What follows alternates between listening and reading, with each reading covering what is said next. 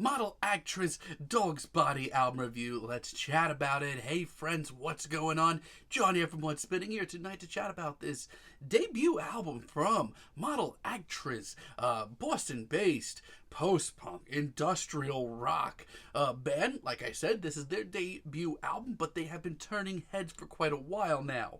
Their Ava EP a little while back, had people looking in their direction, and I totally understand why. Their brand of post-punk, it's certainly hard to describe, but it seems to be taking influence from a lot of different genres. Everything from the aforementioned industrial rock, but also some dance punk in a weird way. It's in your face, it's dark, it's very intense, but it also feels like a happening.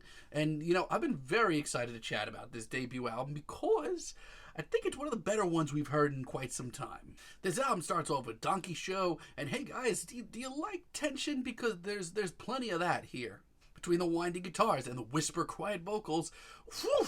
Like, this is not for the faint of heart, not at all. This is a very intense track, and the sound of Model Actriz, like I said earlier, it's very hard to describe. Like, this sounds like, I don't know, Death from Above 1979 if they were produced by Kurt Ballou and had Jamie Stewart of Shoo Shoo as a frontman. And all of this is before this very chugging, looming riff comes in that is heavy and intense and sweaty, but it also has a really weird groove to it. It is eye-opening, it is intense, it is in your face. It'll make you move, it'll make you throw some fists if you're in the pit. It's a pretty fantastic intro. Then we have Mosquito. Hey, let's put some more attention in. How about a repeated whispered mantra of I don't want this life alongside of winding guitars and really tense percussion. And the one thing that I have not mentioned yet is the amount of personality that oozes out of Model Actriz's music. It's pretty ridiculous. Yeah, frontman Cole Hayden, this guy is absolutely dripping with charisma, and I'm kind of obsessed with his performances. And this track, it's just a really great example of that. Good luck sitting still with this track going. Very intense, visceral performances continue with Crossing Guard, one of my favorite tracks here. The riff that we get here is one of the most rigid, most cutting yet, and the bulky, immense sound of this whole album is just what the doctor ordered. I mean, the production from start to finish on this album is pretty suffocating. Throw in some wailing, loud guitars, and a really over-the-top, charismatic performance vocal-wise, you've got a hell of a track. And every time this incredibly, hypnotizing, when we putting it nicely, chorus rolls around, whew, is it hot in here? I need a shower just by listening to this thing. And the seamless transition into Slate is done really well. I love the icy cold instrumental and the commanding performances.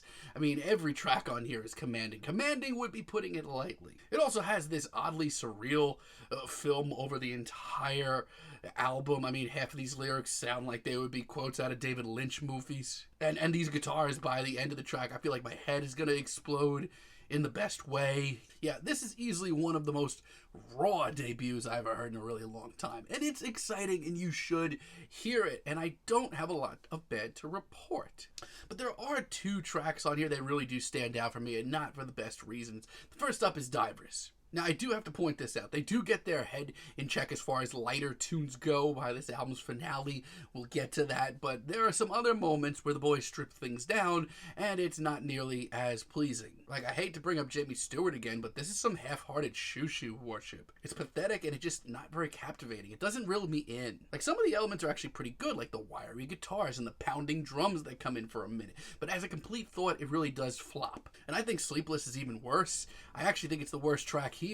I hate to be that guy, but sometimes when the sort of meticulously bulky production disappears and all of a sudden we don't have, pounding drums and wiry guitars, things get a little iffy. This track is boring, it's really uneventful, and worst of all, cheesy. This sounds like any post-punk main stage is trying to be a little emotional, but it just flops. Did I mention this is the longest track here by far? Not a good one.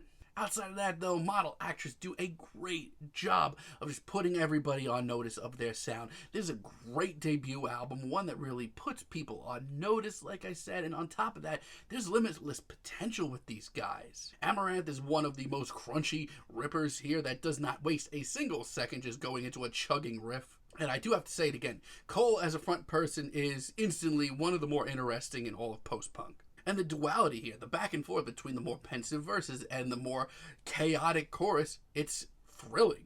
Pure Mode, on the other hand, may be the most dangerous sounding track here, and that's saying something. This vocal performance alone is just so visceral and nasty. It's easily one of the more sinister things you're going to hear. And behind this, we get a very twisted, very constantly winding instrumental. The only slight reprieve that we get here is this chorus, and it's not much. And with Maria, I just have to ask myself, where even are we anymore? This riff is absolutely bonkers. Literally, the attention alone on this track will have you at the edge of your seat, but then bring in this riff, which has this weird, ghoulish groove to it that actually makes me want to sway my hips. It's weird. It's really far out. Like, this to me comes off like a really out there art house experimental horror film that just wants to push all the buttons. I can't look away, and it just gets heavier and headier as this track rolls on. It's fantastic. And Sun In as a finale for a more stripped down and less tense track from Model Actriz. Here you go. This is the way to do it. It's not like they can't pull it off.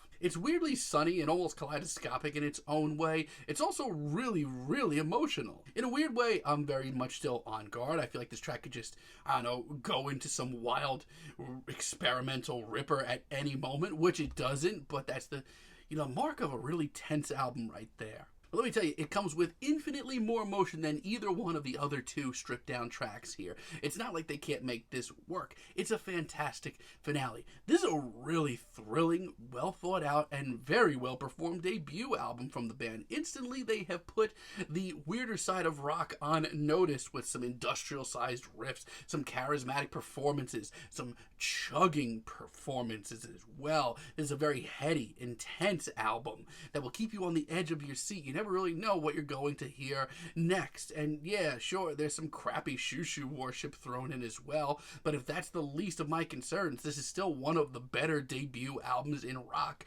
that I've heard in quite a while, and that's really impressive. I'm feeling a decent 8 on this album, but let me know what you all think down below. If you liked the video, be sure to give us a like, give us a subscribe, and let me know down below what you would like for me to chat about in the future. And until next time, have a great day, friends.